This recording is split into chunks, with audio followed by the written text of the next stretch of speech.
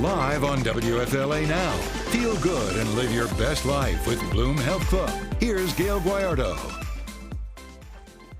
Hi, everyone. Welcome to the Bloom Health Club. Today, we are talking about how to bulletproof your mind. Joining us now is two-time TEDx speaker, performance and mindset coach, and all-around great person, Debbie Lundberg. Debbie, welcome. Thank you for including me. Absolutely. And we have Brody Wooddell, who is the lead digital reporter and sorry, he's there laughing at me, and producer of BloomTampaBay.com. So, we're talking a lot today. You joined us on our show about living an unprocessed life. Mm-hmm. And when you say living an unprocessed life, you think, I'm talking about the foods I eat, or maybe I should put down that burger or candy bar.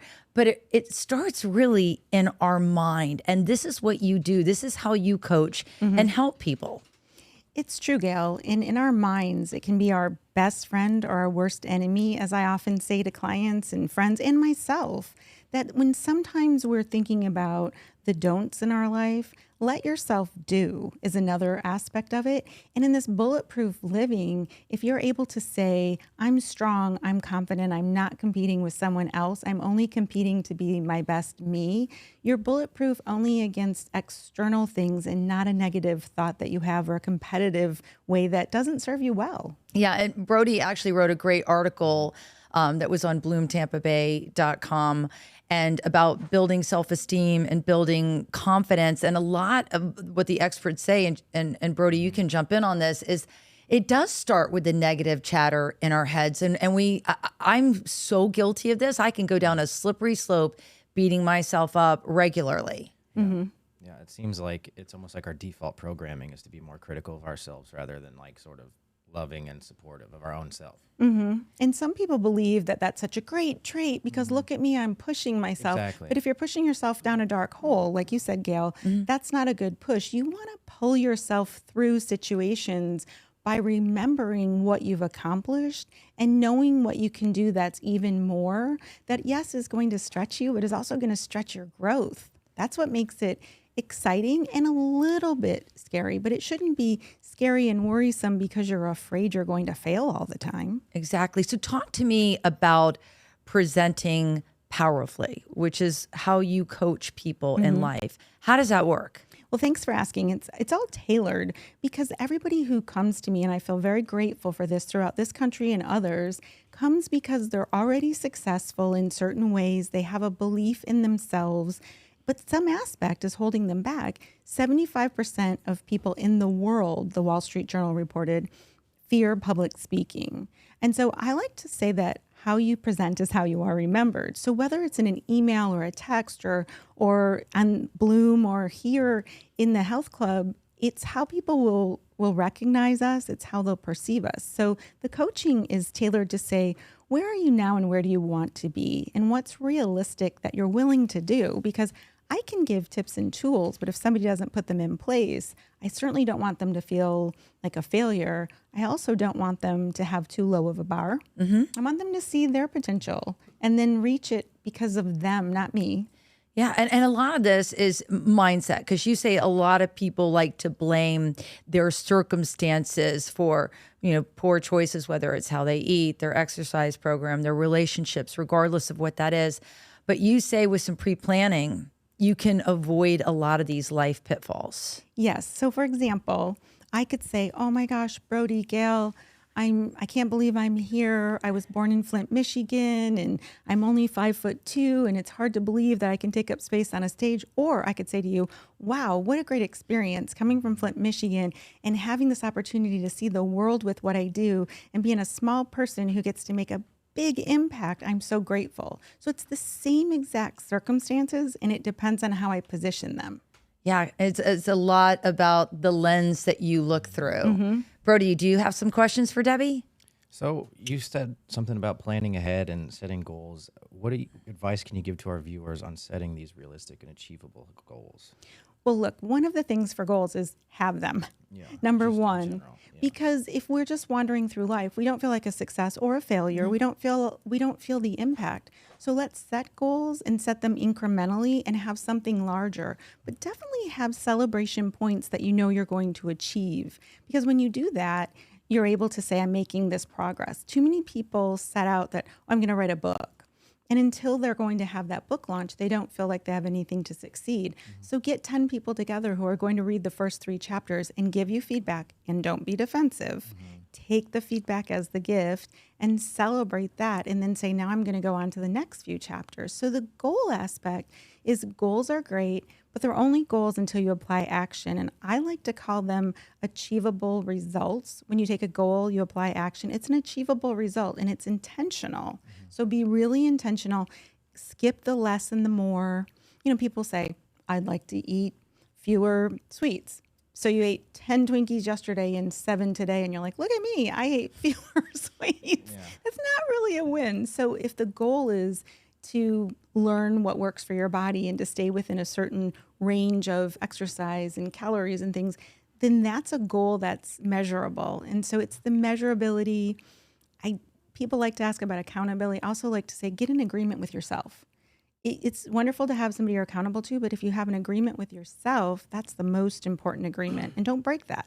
Don't break appointments with yourself for workouts or for a speaking practice or for whatever it is. So those are some of the ways you can set and accomplish goals. Very cool.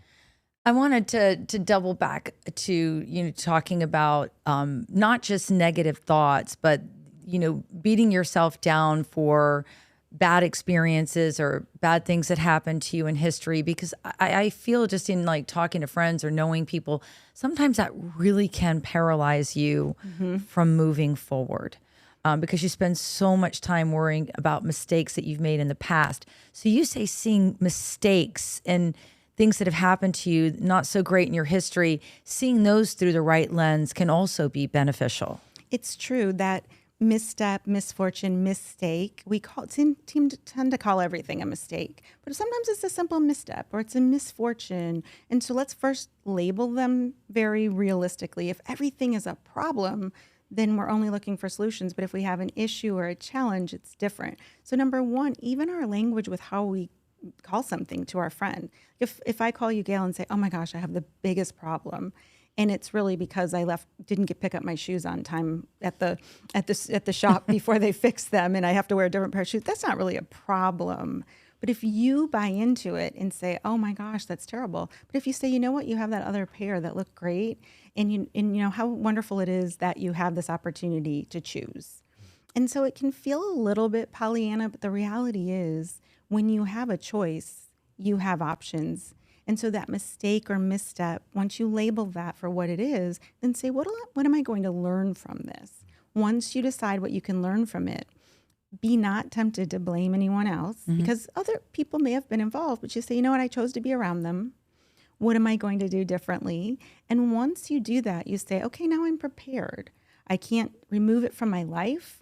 I can move forward with it as an experience and a learning. And it does make a difference. I mean, every one of the 3 of us and all of your viewers and listeners, they've had unfortunate things. There is, though, something that's not popular to talk about is that we get something out of being in this negative place because we get sympathy, we get concern, and we also can get comfortable. And so that's the other aspect that's not popular. But what are you getting out of being there? And then what can you replace it with? So we don't just stop doing something. We want to replace something that doesn't serve us well with something that does. So if, let's say, Brody gives me a lot of attention every time I'm negative about something, if I replace that with sharing joy with him and he and I experience that exchange, I'll still want the relationship. But if I change and he doesn't and I don't let him in on it, then now I'm going to go back to the negative because that's where I get attention. Very interesting. Very interesting. Have you met folks like that, Brody? Of course, yeah. It almost seems like they talk about outgrowing people all the time. Like it just seems to be like a byproduct. So I've heard other coaches say things like, human beings, we tend to do more to avoid pain than we do to achieve pleasure. Do you agree with that? Why do you think that is, and how does that affect people's mindsets? So I'm thinking about my answer that I've seen both. And I think it's in fewer instances we see people who want to achieve pleasure. And one of my running partners and I were talking about some of the movies and stunts that people do. And someone said, does this person have a death wish? And everybody seemed to agree. And I said, I think they have a life wish. There are some people who the adrenaline and the success is such a positive driver that they will overcome things. Most of us, though, like these other coaches you've said, and I agree that I hear this a lot, is that we want to avoid the pain. And I think that goes back to how we first processed pain or failure or discomfort or whatever that was. And for some of us, if we've had a lot of those missteps and miscues and misfortunes over time, we become resilient. And for others, we become fearful. And the difference in that is what we've allowed ourselves to own in it and decide to do with it. So I know that's a little bit of a winding answer to, yes, I agree that that's what I hear a lot. I'm pretty fortunate that a lot of people come to me say, I'd like to get there. I'm not sure how. I'm willing to do it. And then we set some boundaries. Sometimes people say, I'm not willing to go speak this talk out in the ocean or go up to every single person in a store if they're overcoming some of their fears. And we set those boundaries. But yeah, it's like, let's think about the success, because the fear part and the pain is so much less likely than the actual success. So you actually have people do exercises. Oh, yeah. Give me an Sounds like a example. I mean, nightmare. Say no, hi to I mean, everyone. tell me about the one, because a lot of people don't believe this about me at all, but it's the honest to God's truth. Once I know you and we have established a relationship, I'm very outgoing, ridiculous, personality, all the things. But I am, away when I take off my work hat, I can be a little bit more of an introvert, and I might not have the most confidence of, like, it's hard for me to go to a baby shower, but it's easy for me to come in and do work. It's crazy, but it just is what it is. And it's how I was when I was a little girl, and I've done a lot to overcome it. So I just am curious, because I know my mom put me through some interesting things to come out of my shell that worked. What do you do for people? So anything I ever say is coaching, not criticism. So Okay. I will say that a part of that is ego. And your ego is fed when you're on the show and you're more in control, because we're all excited and looking at you, and we know your kindness and we know that you're wanting to serve us good information. When you go to a baby shower, the focus is on the I almost said bride, on the baby or the baby to be. And so there's we don't necessarily know our role. Makes sense. It's understanding the role. So believe it or not, I can appreciate, and there's sometimes when I'm like this. So here's something that I have people do: offer to do a job. So what I'll tend to do is, if I'm going where there's no one I know, I ask if they would like me to take pictures. And so even if they're like, oh, I hadn't thought about it. I'm not a photographer, and I respect the true photographers. But I'll say, if you would like me to do that, then I can send them. When I go around, I have a reason to introduce myself. Interesting. I was at a client's wedding, and they had a CD that they had for everybody. I said, would you like Michael and me to distribute these? We got to meet everyone. So what you do is, if you can get your role right, because you know your role here and you're really good at it. Well, thank you. You're welcome. And so when you and I go into roles that are slightly foreign or odd to us, the thing is we tend to think, well, I'm going to retreat. But if instead you say, give me a task, but tell them which one you'll do. Would you like me to be the person who gives everybody all the cards for all the games, for the baby names, or get everybody the tape to measure how big your belly is and things like that? That if all of a sudden you're the assistant, like, I feel if I can serve whomever's the lead, then I have a role for them to have a good experience. And even though it's not about me, then it becomes something that I did well for them. And Right. And that you can serve. I think that's the big thing. Serving makes it so much better. I'm with you, though. If I'm at an event and there's no role, then I'm thinking, isn't there something that I could be useful to do? Because that gives me joy. Because I see them getting to talk to people instead of pulling out their camera or taking a selfie, they get a full body shot. I love that. What a great idea.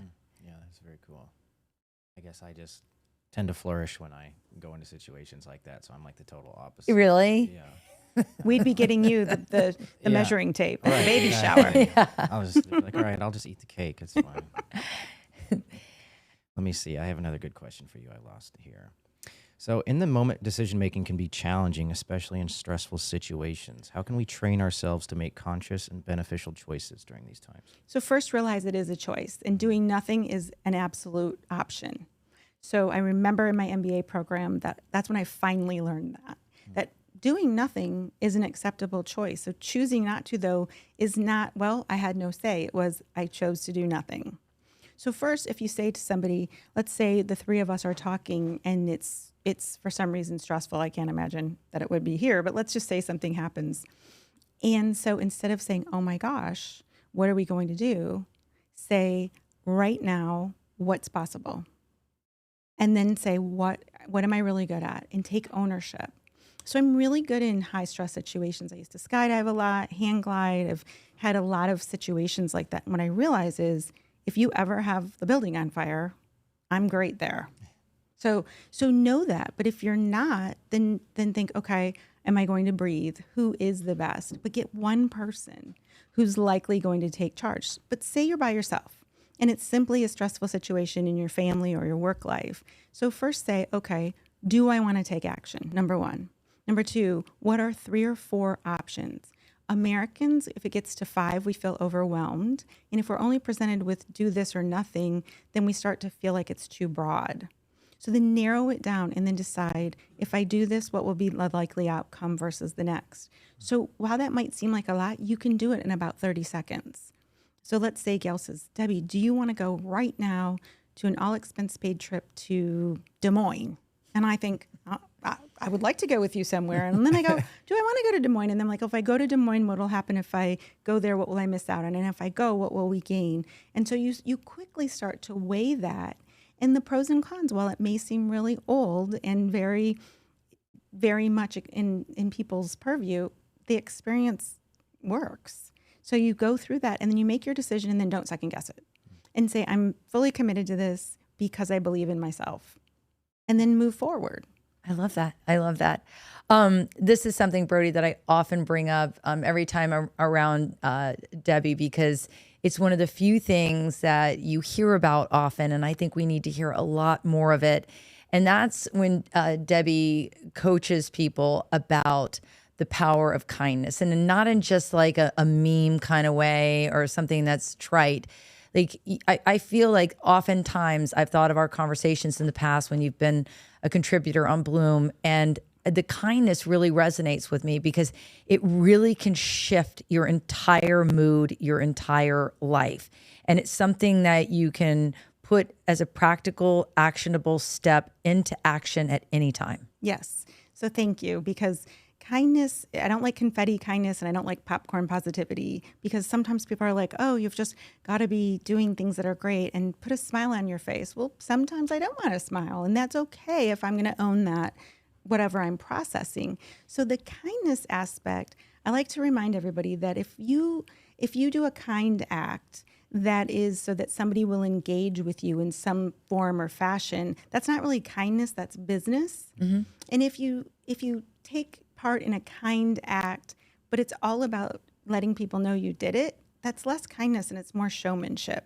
A kind act that the person may never know you did, doesn't have to have some sort of value or assessment that there was a photo or a video, and you just know that it was something that could make someone's day better or moment better, then that really is kindness.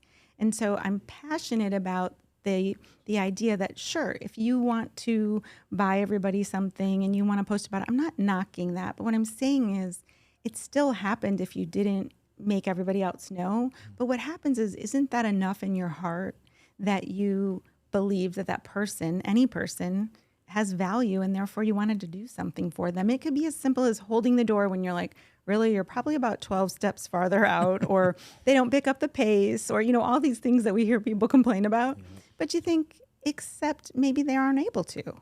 And you held the door, or you let them go before you in line. And those things that, as they add up and you reflect on your day, whether you've had a good day or not, you know that you had good intention and you carried it out. That, to me, is kind to yourself, too, to allow yourself to do those things and not feel rushed. I'd rather be a minute late than cut off 4 people. That's a good point. That is a good point. For all the you Tampa drivers out there, they can I learn a hope thing or you two. listened to that last one. That was a good one. Speaking of kindness, I know you don't like to toot your own horn, Debbie, but I do want to say, like, you are one of the most giving people. Debbie and her husband both were living organ donors, which takes a lot to do. And I think it really speaks volumes to the kindness and the kind of human being that you are. And I know, again, I'm not trying to put you in a position to toot your own horn, but I do think that was pretty incredible of you. Thank you. Thanks. And you know what's really fun is I've been able to mentor now 19 people who are interested in living kidney donor or living donation, because you can do partial liver donation as well. And while most people don't do it, what it is they have an informed choice. Back to what Brody was asking about setting a goal or a choice. Now they made the choice, not just simply saying, I can't do it, because something I appreciate your opening this door, and I hope it's appropriate for me to say is you don't have to be a blood type match anymore if you want to donate to someone, because there is a train that goes, so to speak, and that's what they call it, is I could donate to a person in California who donates to a person in Illinois who donates to a person in Georgia, and that person in Georgia donates to the person in Florida who I wanted to work. Like, I got goosebumps just even saying it, because these individuals, these humans who come up with this to allow us to save someone else, that's real kindness. I mean, they're figuring out how to save someone's life at a distance. So there's somebody who August 24th is coming to Tampa, and I met, she was a bridesmaid to a woman who we met in Hawaii on a trip during Living Donor Month, Michael and I, and she saw that we were living donors, and she said, my girlfriend wants to donate to her uncle, and now she's coming, and I'm going to get to see her before, even though we've only been communicating at a distance. But now she's coming here. I'm like, you can stay at our house before you go and do this. I mean, of course. So that type, I never expected that to be part of my bio, so to speak, to be a living donor. And yet it's one of the greatest joys of sharing that message that I just never even knew I'd have the privilege to get to say. That's incredible. That is absolutely incredible. It's brave. I was just curious, and I want to do this with more of our guests, of your particular backstory. How did you become somebody from Flint, Michigan, who made her way to Tampa? And now, I mean, just to follow Debbie on social media, you're everywhere. People love you. They rejoice you. How did that all come to be? Well, thanks for asking the story. So you can imagine in Flint, Michigan, it's not the etiquette capital of the world necessarily, but I love where I was from. I didn't know anything different. So sometimes I remember in undergrad, I went to University of Michigan, and people said, oh, you're from Flint. And they felt sorry for me. They almost pitied me. And I didn't really understand the reason, because I had a decent upbringing. I had no complaints about it. But what had happened and how I came here is, truly, in undergrad, I was deciding business or communication and marketing, business or communication. And I'm saying business, communication, and marketing, and teaching. So I was on the border, and I have no shame in admitting this. Business went out because of the opportunity for what I thought could take me farther financially and in success. And I think the world of teachers, but I ended up getting to do it in many ways. So I worked for General Motors and was very fortunate. So I moved from Michigan and I went into the field. I was the 14th female to call on dealers in the field, which seems so ridiculous that it was not that long ago. And I called on dealers in Louisiana who had never seen a female in their dealership, their car dealership. And when I got there, I was young and not married, which was very strange. And so I didn't realize it was probably set up to fail, but I was having a ball. Mm-hmm. And people were kind and included me, and others were not, but I choose to remember the kind people. And then I moved all over the country. General Motors sponsored me for my MBA. I ended up in Florida once before. And when I got a national position, instead of living in Michigan, I lived in Florida and just went back and forth and happened to meet Michael here. But adjunctly, I trained Dale Carnegie training 11 of those 14 years. So I also got exposed to a lot that way. And then I thought, maybe when I'm 40 or something, I'll leave and have my own business. But at 34, I retired, and I gave 7 months notice and said, if I can retire, I can create my own future, because Michael, I found out, didn't want to live in Michigan. Go figure. And it shocked me. We were engaged and I was like, come again? No. And he said, just do it. Do your business now. And perhaps foolishly, I didn't know if people would listen to me at that age with not as much experience. But then I had non-competes from Carnegie, and then I worked for a consulting firm for a year, and I honored those. So I spent 2 years in real estate and mortgage and really learned that. So when I came out into Tampa Bay, it was 2008, and it's been wonderful. I mean, Tampa Bay is a very welcoming community that if you say what you're going to do and then you do it, people accept you. And I was just blown away by that because I'd lived so many different places. But the real irony is when I did my first presentation at General Motors as an intern, there was only one female in the room, full room, where I was showing what I had done for the summer. And I went up to the woman and said, how did I do? And she said, I don't know. And she gave me a strange look. And she said, because it's so hard to listen to you because you look so young and your voice is so squeaky. And I went back to school and was devastated, didn't ask questions, really retreated into my own doubts. And so I tell that because when people see me about presenting, I had to overcome that because I trusted her, I admired her, I wanted to be like her. And when she said that, I thought what she said was what everybody else was thinking.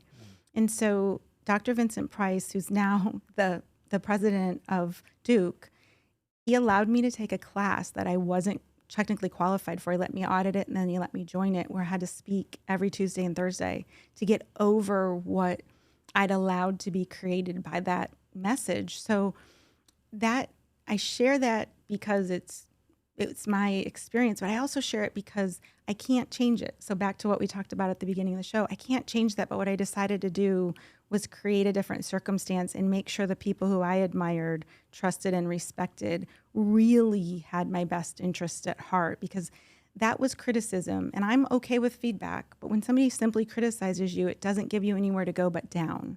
Yeah. So make sure for everybody, take whatever criticism and figure out how it's feedback, because people came up to me concerned because I wasn't speaking up. It nearly changed my entire trajectory because of that experience. So when we see people who are down and you think, just get over it, it's because that in that moment they felt so small. So the little bits of kindness that we can do to lift them up may couple with them making an effort. And it sounds perhaps very prolific, but it can change the world, because if people feel better about themselves, they're going to treat others better. So that's how I ended up here, was through a couple of peculiar situations and a lot of really great people allowing me to test out things and make things work, and hiring me based on a referral. And now I'm 100% referral based, and I'm grateful of every client. That's beautiful. Yeah. Any other questions for Debbie? I don't think so. Thanks for that. That was a great story. Yeah. I'm glad I asked, and I'm going to start digging into other people's, like, what's the backstory? Because the journey teaches us all a lot. And, just on a personal level, Debbie, I just want to say what a pleasure it is to know you. And you are a bright spot when you join us on Bloom, which is our televised version of this. And we certainly appreciate you joining the Bloom Health Club streaming. This is awesome. Well, thank you. It's a pleasure to be here with both of you. Great. Yeah. Thanks again. For everything lifestyle, health, and wellness, bloomtampabay.com. Thank you, everybody.